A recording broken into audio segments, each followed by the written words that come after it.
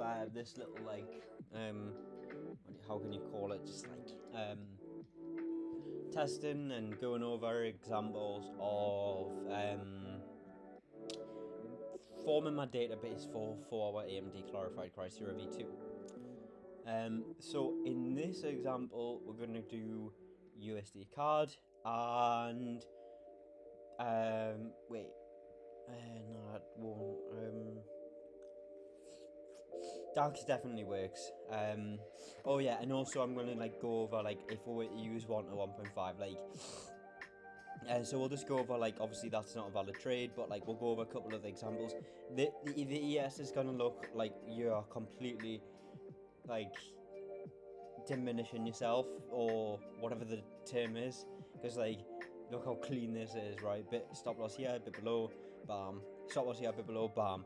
You know, like on the ES, as of like now, theoretically you could easily go for a 7 risk reward, you know.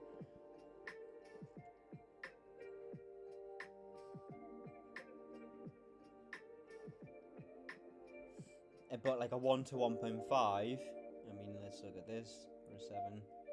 Oof, that would be a bit hairy, scary. Yeah, I don't know about 1 to 1.7. Like that's a crazy risk reward, to be honest. But like for 1 to 1.5, you could easily risk 2% on setups like these. But then if you trade multiple instruments, I don't know. I'm not sure, but like if you were, you could like, I mean, low at hand, I would probably just go about there, and then your 1 to 1.5 would have been achieved there. Sweet setup, right? Like absolutely insane. Like that is beautiful. In fact, here, low at hand, and then you know you'd probably want to go like there, because you have to acknowledge the circumstances you're operating under. It's likely to just go. It could fuck about, and you know, but mainly the reason why I would even contemplate doing a 1 to 1.5 is because of the mental aspect, not profit wise, purely mental aspect. Like, when have you ever heard that? So here again, you would a low at hand, there's sus price action to the left, probably go about there. Well, actually, let's have a look, because like I said, you have to acknowledge the circumstances you're operating under. To be honest, I would be okay with about there, and then you get your 1 to 1.5 pretty easy. I would have closed about there if I had the chance to. It's fine anyway. But to be honest, yeah, to be honest, that would actually be okay about that. So yeah, you would get your 1 to 1.5. But if I just put all these charts back, there we go.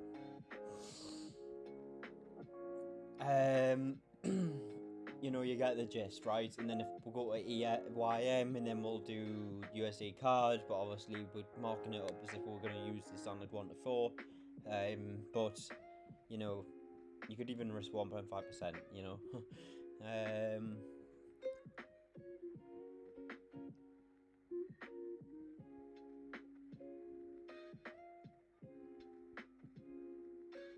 well, low at hand here, and then just probably about there. Eat nice trade, regardless though.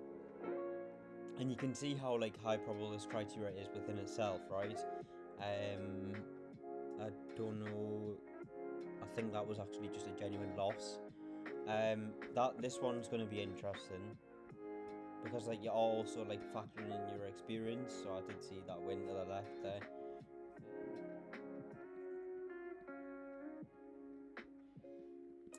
So playable range wise, you got this, and then you kind of within a playable range in here. So yeah, it's valid. But your emails are stacked, pause and block lows, wick. Oh, shit.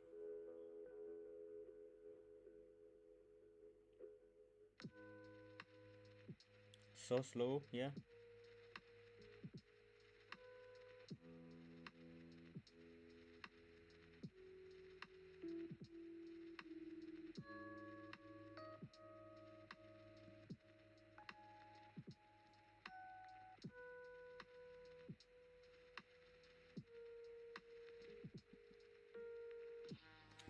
That looks a bit tight, doesn't it?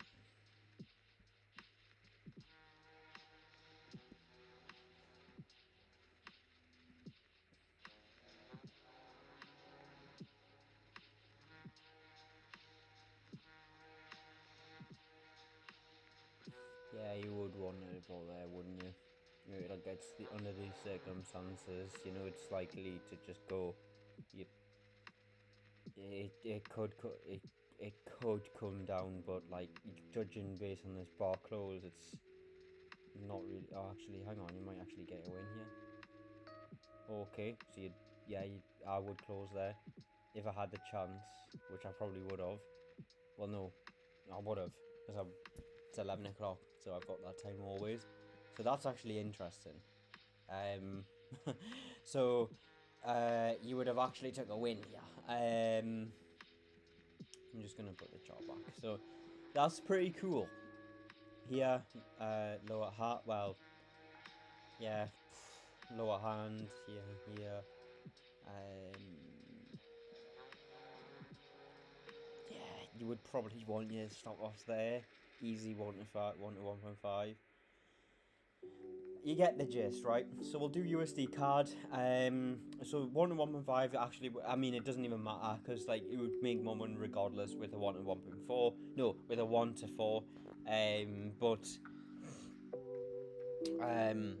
so it literally doesn't matter. I mean, with the YM, I think for that, yeah, you took like 4 wins with the 1 to 4. So therefore, if you're risking 1%, that's 4, 8, 12, 16. Take away, I think you had 2 losses, maybe.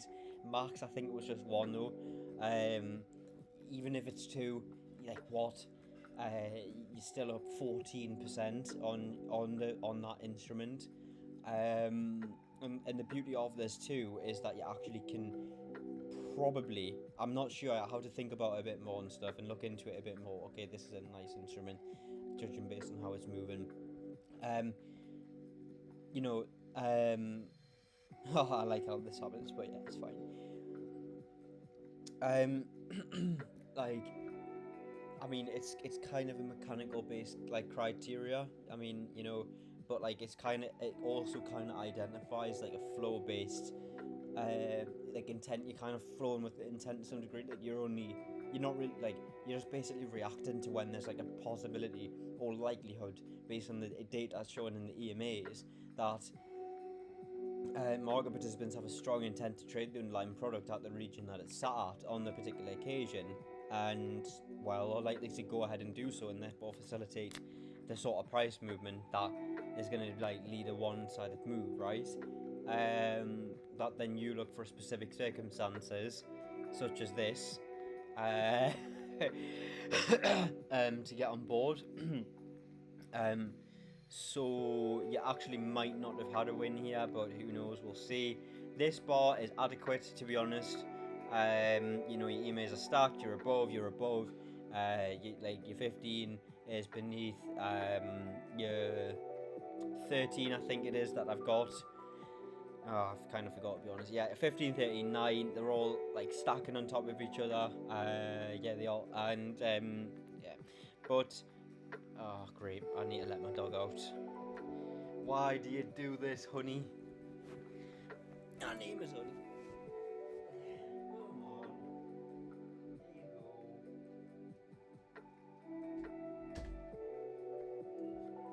Right. And I've also just realised at 2 o'clock we need to go to the gym. Mate, I really can't be. I mean, I'm just doing the spin bike again and it'll go quick, but like, fuck. Really can't be arsed. Alright, well, this is definitely not valid. You would expect it at least probably an open there. Never mind, not even beneath the 75, which is the bare minimum what you would need. But anyway, if you did, you would literally just like mark up and then yeah, also the problem with like let's just say it was valid, which like if it, and everything was fine apart from it didn't open beneath the 75, right? Yes, even if you had your stop loss here, you would achieve a 1 to 1.5, which is the beauty of the system or set of criteria. you know, if you were to use a 1 to 1.5, first of all, your entry with a 1 to 1.4 would be something like this. You would definitely want to cover a bit below, for sure. I would settle on that's even quite a bit. Again. Yeah, that's perfect. And then you would go for a 1 to 4, easily achieved. Easily achieved. Even goes. Yeah. Okay, so we'll just stick it there, right? Which, yeah. You know, so that would be that trade if it was valid, which it's not. You then would, for the 1 to 1.5 stop loss placement, I would personally, you have to acknowledge the circumstances you're under. Here, this region is poised to have strong intent, right? Regardless of whether these circumstances form or don't, right? Based on the EMA stacking. So, you'd mark the low hand, and then you base your stop loss relative to the price action to the left, right? So I would probably be okay with my stop about just below this like FHE fill point, which you can see I should have a 1 to 5 about here. Oh wow, even sooner. Yeah, that's really nice. And it's like, it's a fine distance because it's like, yeah, you're giving it more than enough room relative to what actually is the setup for it to play out. It could even come down under these circumstances, like, so you're avoiding any stupid wicks, and then boost straight to your stop, your TP, sorry, boost it straight to your stop. So yeah, but anyway, obviously it's not valid, sadly, but that would be a really nice kickstart. I don't know why, but I do have a bit of like I've just kind of noticed, like, I do have a bit of like nerves when I'm looking at this, because it's like, you know, you see it, like, I don't know, I guess I don't know really why I have that.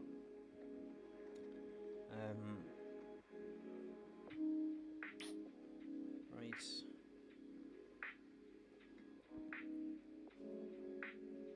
Oh shit. Well, 1 to 1.5 wise, this would probably be okay. Certainly 1 to 1.4, it would not. And you wouldn't want to even cover any. Alright, well, you don't even. Oh, well, that's kind of gay, but like, you don't even open beneath the 75, but if you did, and then you got this is beautiful, you would enter here, I would be fine with my stop there, and then I'm pretty sure I think your stop would be, well, what I would do first is have a look at what this looks like here. I'd probably bump it up a bit. Of course, it's not even valid anyway, but like, do you get a 1 to, no, so you don't even get a 1 to 5. So, but with this, like, circumstances and criteria are valid in this, you know, you would maybe just want to go about there, but like, yeah, it's not valid anyway, so whatever.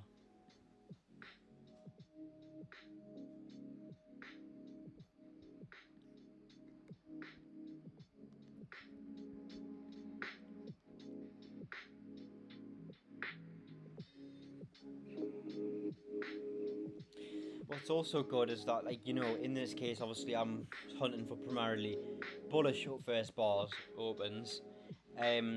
If you do get that, right, like here, and then you know, well, I mean, first of all, if even this did have a nice wick and then close below, you're kind of above the EMAs, and then they're starting to flatten out, so I'd probably not take that anyway. But like, yeah, what you can do is, like, you know, you're hunting for a first bar open, right?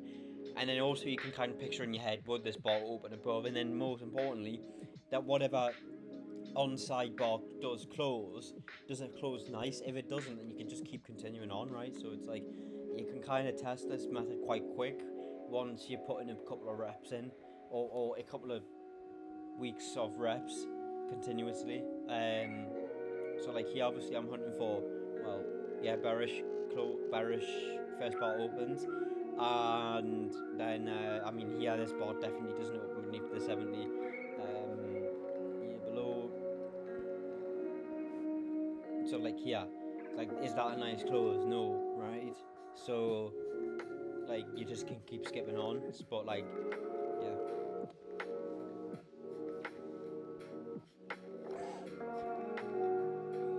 especially here. Right, USD CAD is violent. Holy shit. And what does that actually, like, therefore mean, right?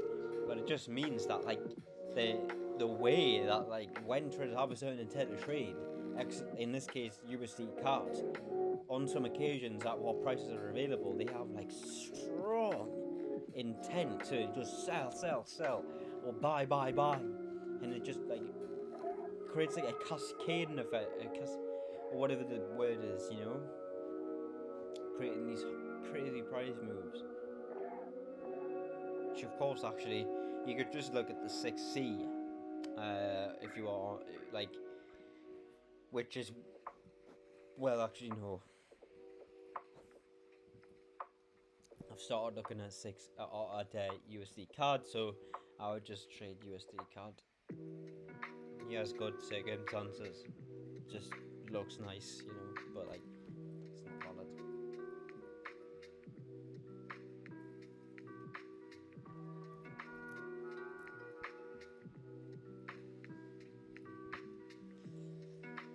I hate shit like this.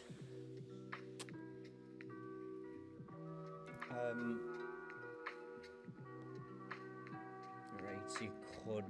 That probably isn't valid, to be fair. Yeah, look at your EMAs. They're not stocked. It's nice and you would have had a win, but you don't want to get into invalid trades, you know, like, no. He has fine. I think. Playable range wise, you're fine. You're kind of just in this flowing wave of price. You know, you kind of got a playable range inside a playable range, yeah? They're good when you've got like valid playable ranges inside of each other. But like, do you even open above? It looks like you do. Yeah, you do, easily. You're closed beneath above the prior bar. So you would enter. Playable range is fine.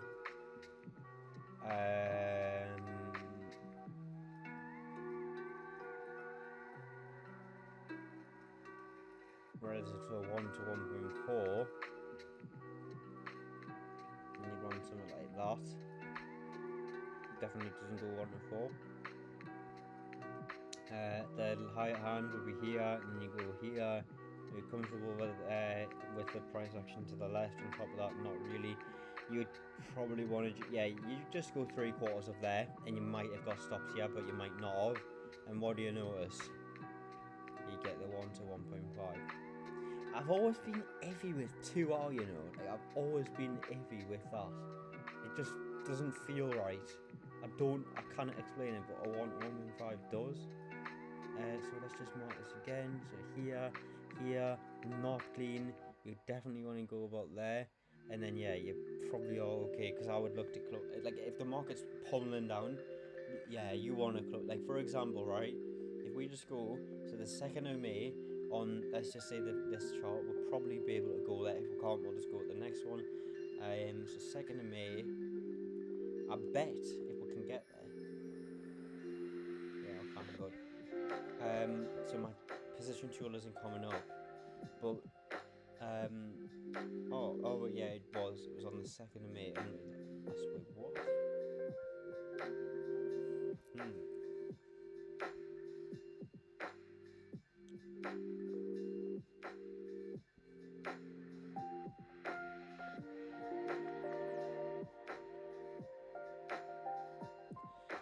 One sec, what the hell?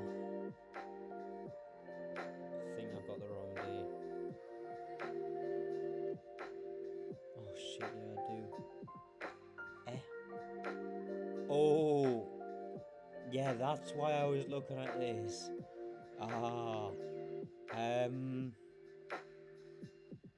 Alright, well, actually, so even on the 30th, well, I probably wouldn't have had that time available, but like, here, like, let's just say I didn't, right? And then you come up, you almost get stopped, but you're still in.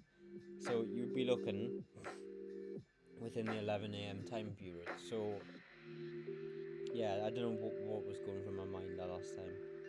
It was only 15 minutes. I was looking at, like, you know, you're seeing the market. This is like around, yeah, so your TP is like about here. So you might not have had this, but if I seen this, I probably would have closed there. Which I probably wouldn't have actually. I have to admit. But then when I'm seeing this, and I might flick through my charts at like 11, because you could get a bar close then. You know, I probably wouldn't have looked at anything. To be honest, I'd probably just set an alert. I'd probably just set an alert like around here, and then anyway, when you're seeing this, you know, pummeling down and then starting to go like this, shoots down again one more time, and then it starts going back up, and then maybe it comes back down, close, bam, and then you're out.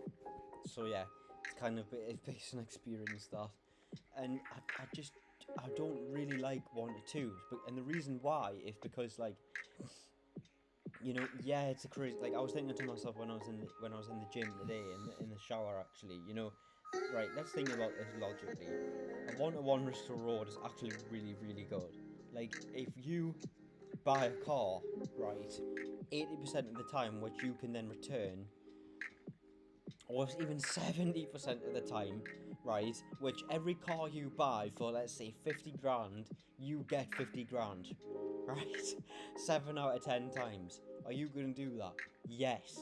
And then the 3 times you lose your initial investment, right, of 50k, right? So therefore your losses are 150k, and your wins are 5 times 7, which is 7, 14, 21, 35. So 350k, take away your losses, that's 300, 200k. Are you, like, what? Like, that is insane. That's like a proper profitable business, right? So even theoretically, this high probability set of criteria, you could utilize a 1 to 1. Now, of course, some trades are gonna, like, absolutely go to the moon, right? Quote unquote, or in this case, the core of the earth, right? Because it's a cell. You know, like, that's just like part of the game, right? And then also, if you think about it as well, logically, you know, that's kind of a good thing, because even the noobs that come across this criteria are always going to be flirting with, you know, oh, should I utilize it? 1 to fucking 50, or 1 to 10, or 1 to 5, and they're going to get messed up with their emotions to the point where they'll probably leave this criteria, when the guys who might actually be utilizing a 1 to 1 on this criteria, and they are comfortable with seeing some trades where you get in, and then you could even get a 1 to 10 easily within a really reasonable distance, meaning, like, for example, if your 1 to 10 is like from here to here, well, look at your average ranges and stuff. You could easily shoot for that. Like, yeah, okay, that's cool, but then you're gonna have to contend with scenarios like this, where you get stopped out, and then you get that big winner, which is fine and good, but, like, you know,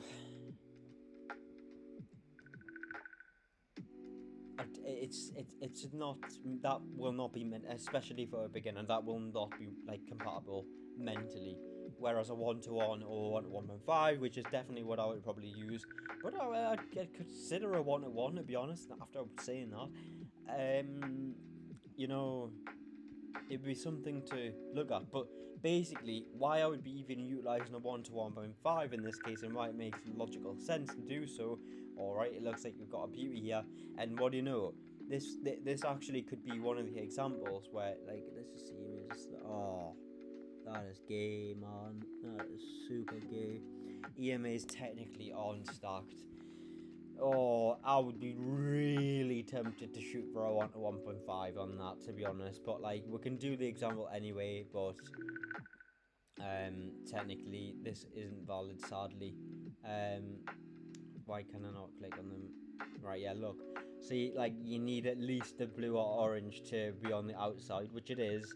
And then you need the skinny white one to be on the bottom where the orange is, and then the white one to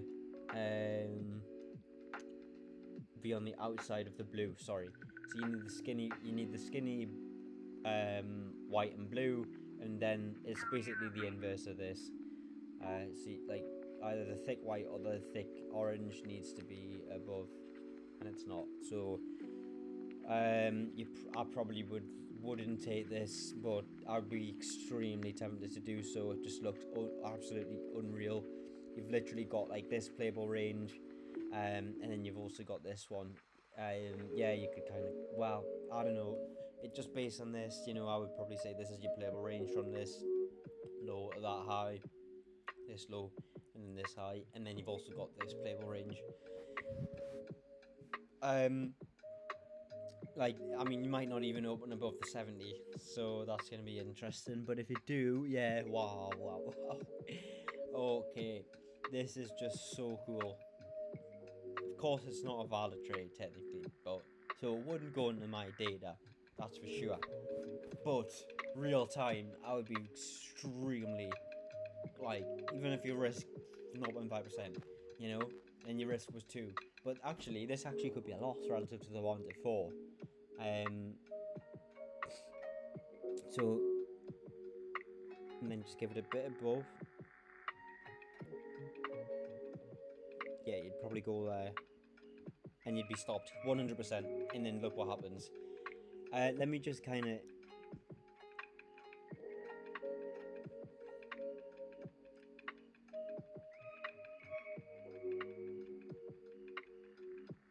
Yeah, max it would be there.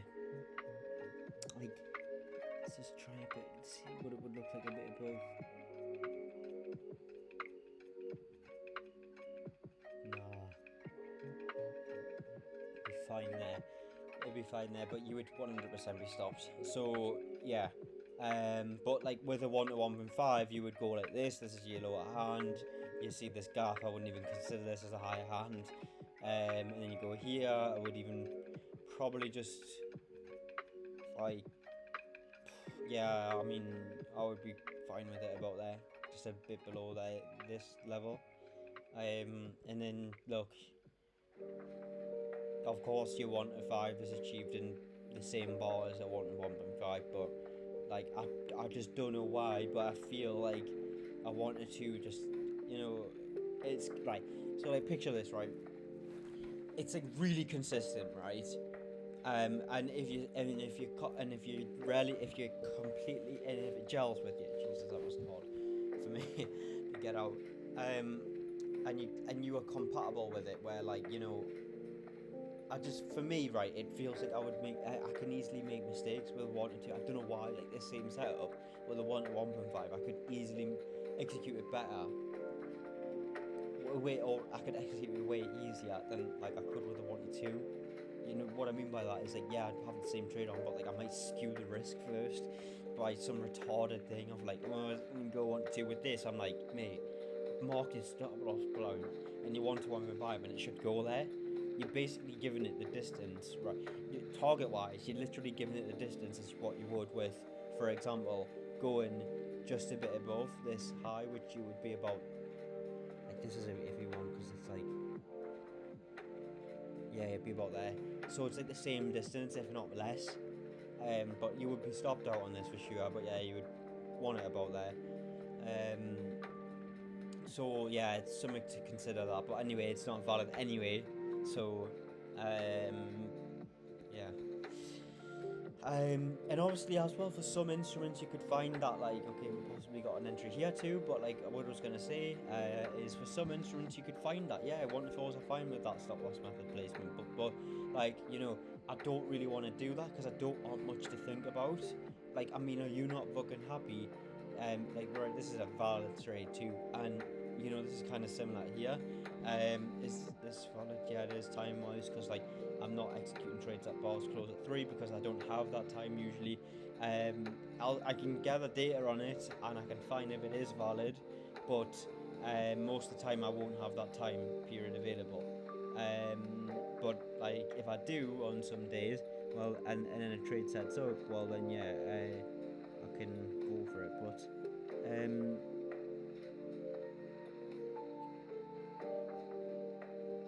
yeah, a bit above, bam, stopped out definitely. But that, like, and honestly, that would be the trade markup. So, but then with a 1 to 1.5, which is probably now what I'm going to start to use, You know, you would go with the higher hand, which is here. Look where it's above, it's just sus as. You know, relative to the circumstances that this trade is under, which is actually a valid trade this time, you know, you would maybe just want to just go zero point 0.5 of this FEG. So I'd probably mark it up. And I think I'm actually going to change the colour of them because I'm kind of scarred from the initial phase of coming to this criteria, to be honest, because it'll just instill like reminders of like how it was, and it just was a bit of a waste of time, not to be honest.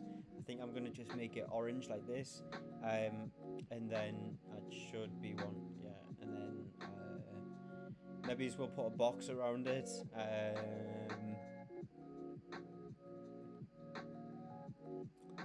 gonna make it orange. It's purple. Nah, orange. What about this orange?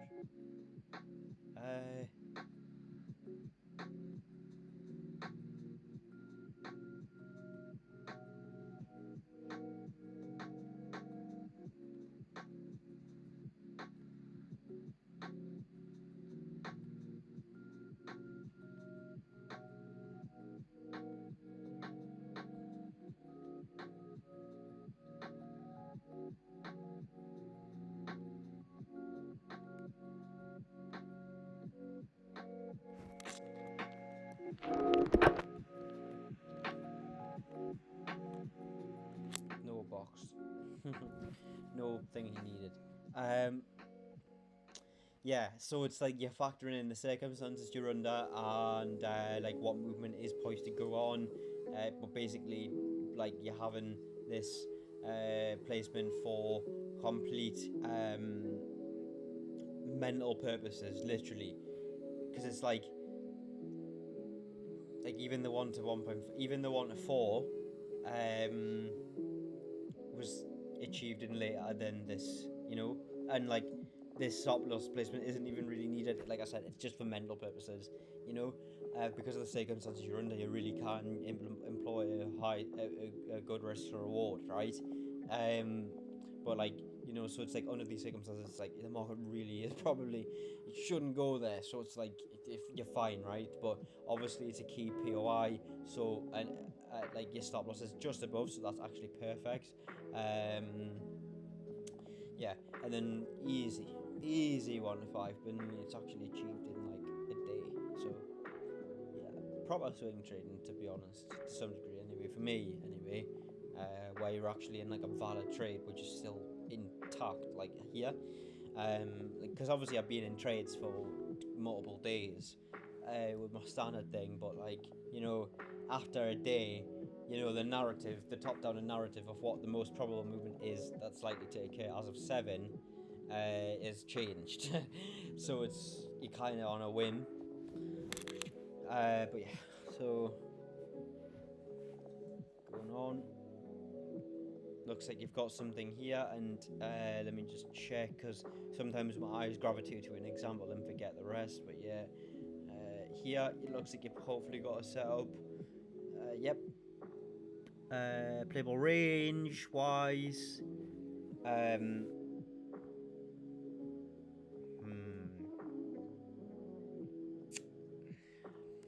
I would probably take this because of this playable range. Now, even if this was a loss, I would still probably take this. I mean, these are some high probable circumstances, right? I mean, yeah, you've come below this playable range, but like, you do have this, but like,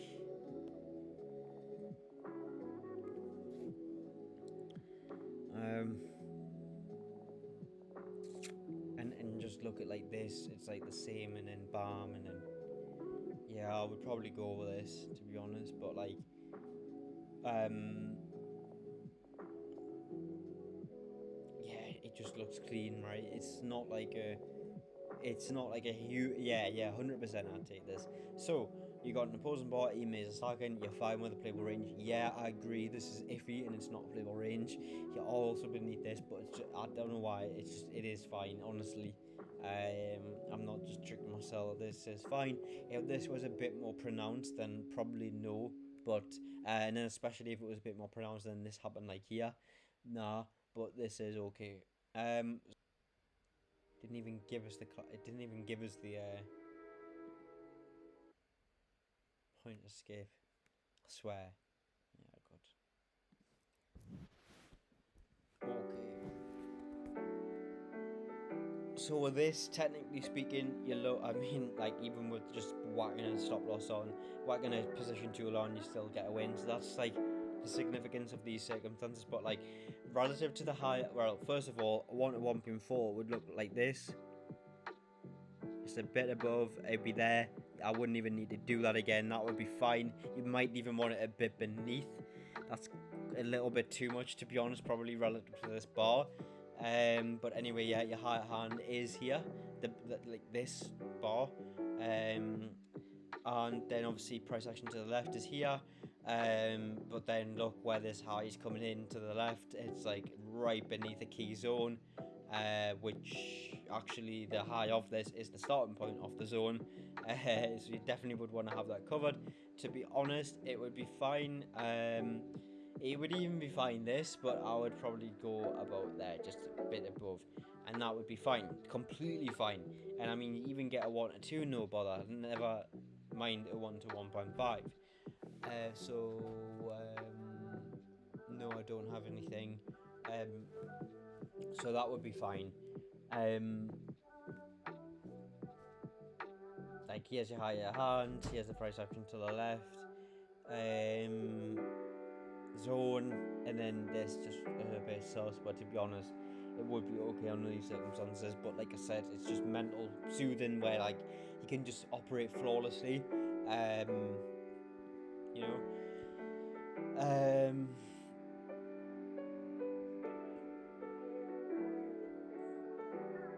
I mean, to be honest, with my standard strat, like with a 1 to 1.5, like I can operate flawlessly, but like I'm operating out of the perspective as if I'm utilizing a 1 to 1, right? And then I'm just making it bigger for 1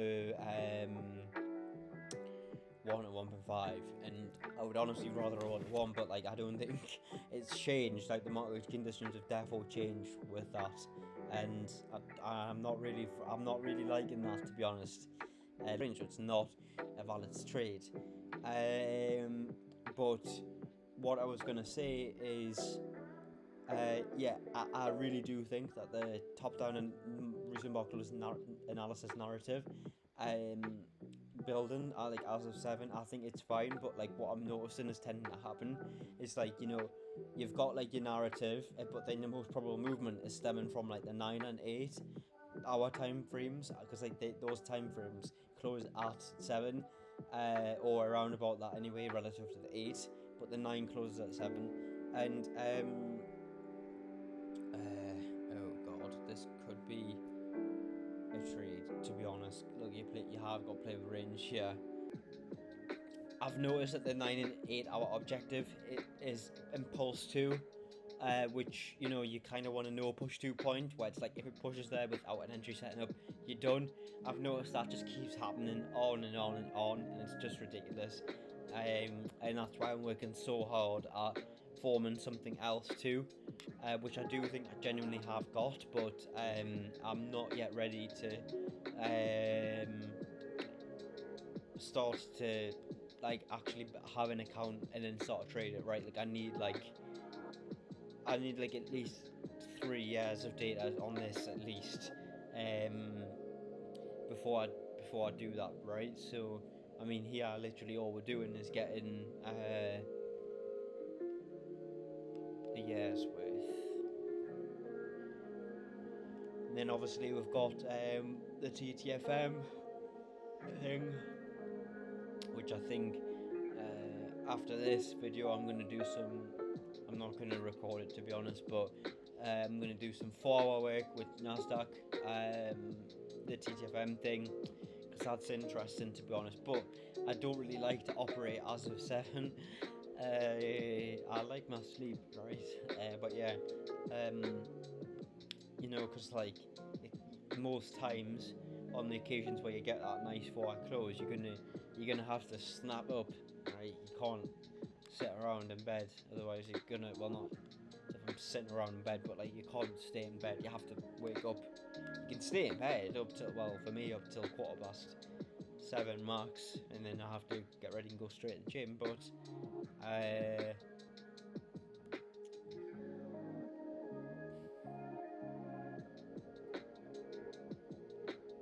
yeah, what I usually do is do my top-down analysis narrative thing. Look, notice these trades, these were wins. Yeah, you just want to stop there. It's fine. But I'm not marking up these times. I usually just do my top-down analysis narrative, and then I'd like turn my phone off till like 7:12, and then just kind of get a bit more sleep in. Not that I'm awake, not that I'm asleep, but yeah. Alright, so that's USD card done this year. There was actually quite a few setups, to be honest. So you had 1, 2, 3. Pretty sure that's it. I don't know.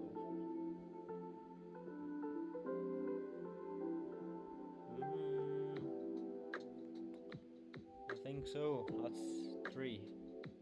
And then obviously there was that one which was really clean and like in real time, which you could possibly have took, but it wouldn't have been valid to do so. So yeah, but. And then also, if you were also available within these past couple of times, which was it here and here, you would have had a nice, possibly 3%, 3% if you are risking 2%, but I probably won't be because I'll be trading multiple pairs on one account, which is a rule that I will be breaching for myself because I have learned that doesn't really work, but I think it could with this no sort of perspective. So yeah, I'm just gonna go to the toilet quickly for a piss, and I'm gonna keep it recording because I want to finish it off. So maybe just skip to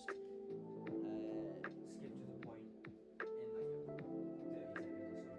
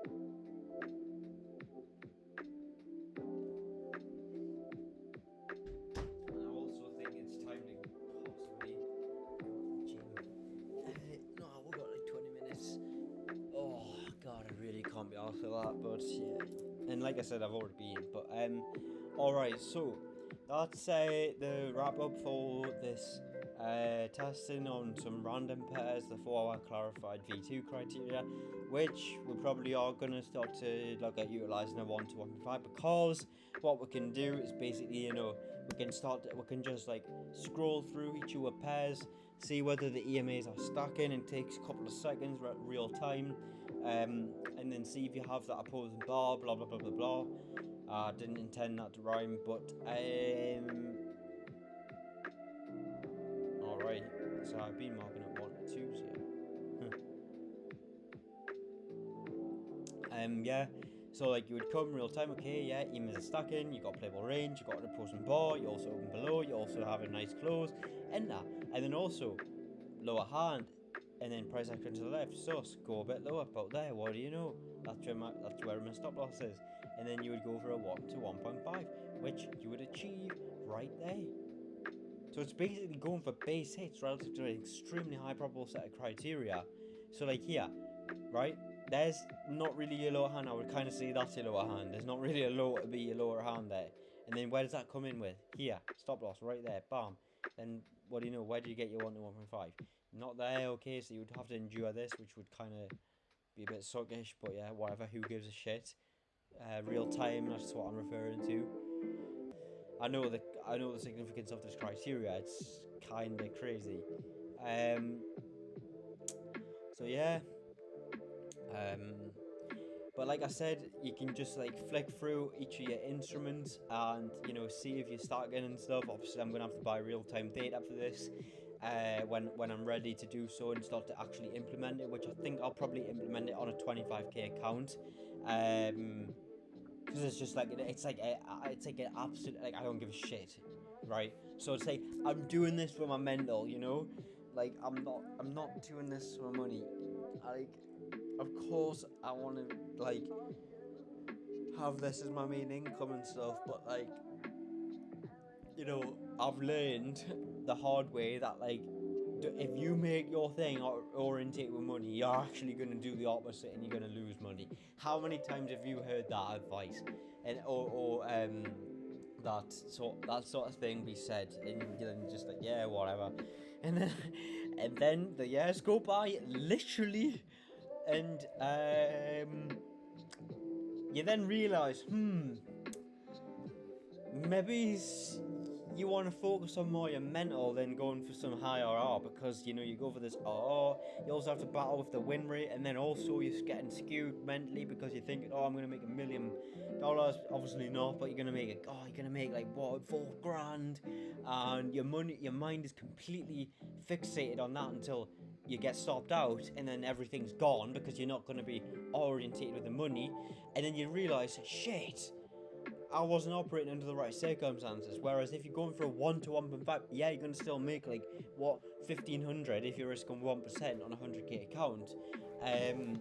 But it's like, you know, number one, you're under extremely high probable circumstances, which you can easily get a 1 to 4 most of the time, which you're aware of, so then that puts less significance on a 1 to 1.5, and then also helps you place your stop loss placement, because you're like, well, the criteria should just go anyway, so just do your standard stop loss method strategy placement for stop losses, and be chill with a 1 to 1.5, right? And so it just helps you mentally. But yeah, and so like, you know, if I just go here, yeah, I need to stop this video. It's getting like really laggy and stuff. It's,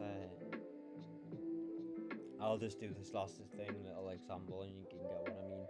But like, you'll be here, if you on your phone, you'll be like, you'll have your phone perspective.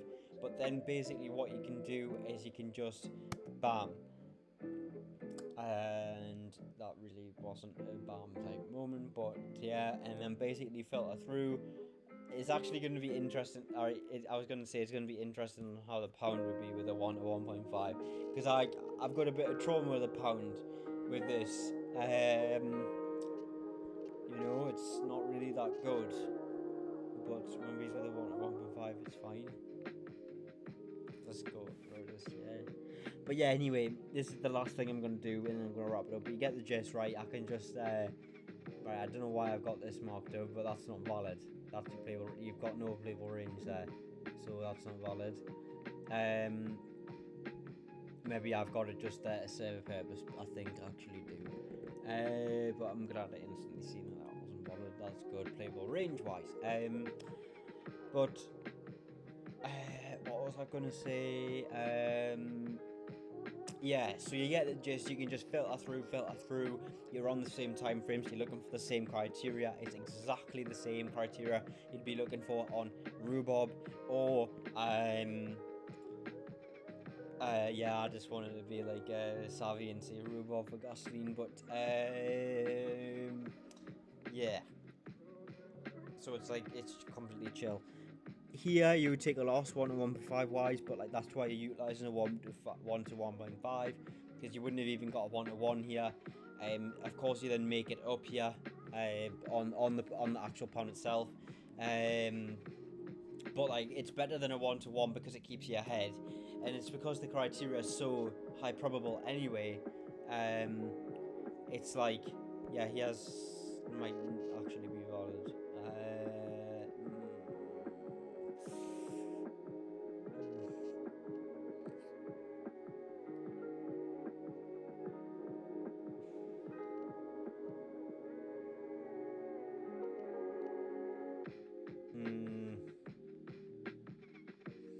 to be honest, I don't think you can get away from this not being valid, you know.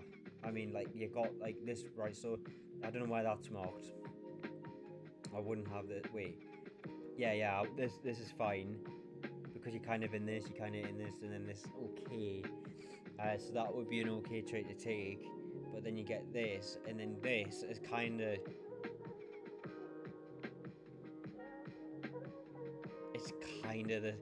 It's kind of the same as this. Yeah, it is, and that's like your last... And that's, this is, yeah. Sadly, this is actually valid, so I'm happy I've still got this marked up, which I didn't class as valid before, but it is valid, so there we go. I'm not distorting myself here. Yeah, this is why I didn't really like the pound. So I don't know why I've got to stop thinking, this isn't even valid. Maybe I haven't went over these or something. That's not valid because it's way below. I swear I had done 2023. This is valid. Yeah, that's valid. But I don't know why my stop's there, to be honest. And also, this is a good example of what I was talking about before. By how, like, after a trade such as this, right? Even both ways. If you have your stop loss here, right? And you put it a bit below. And you got your 1 to 4. Pretty damn easy. Number one. Let's see actually when you would have achieved your 1 to 4, right?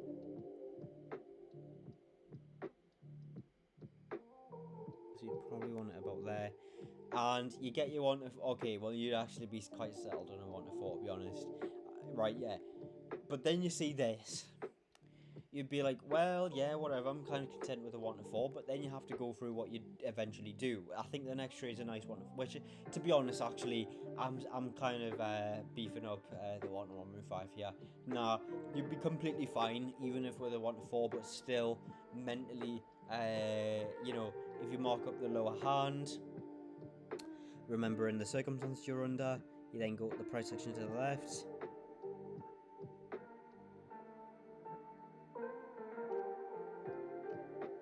To be honest, that would be alright. You would just want your stop there.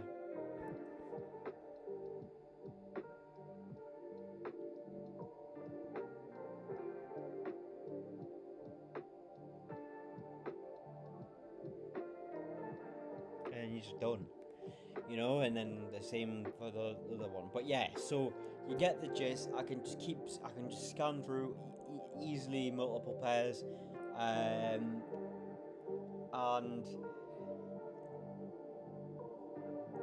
yeah, I think I'd probably risk 1%, even the 1.5, because like, right, if you just do like a little data experiment in here, right? Because I've definitely got, I'm pretty sure I've got all in NASDAQ and pound and YM, right? So this is what we're gonna do. So if we go to August and the pound, right? So if we just mark up each, so we just use pound as the tally chart, right? So Aug 24 pound plus 1.5, right? And then if we go to August 24 on this, I'm probably, you know what, I'm going to start a new video, and I'll make it quick.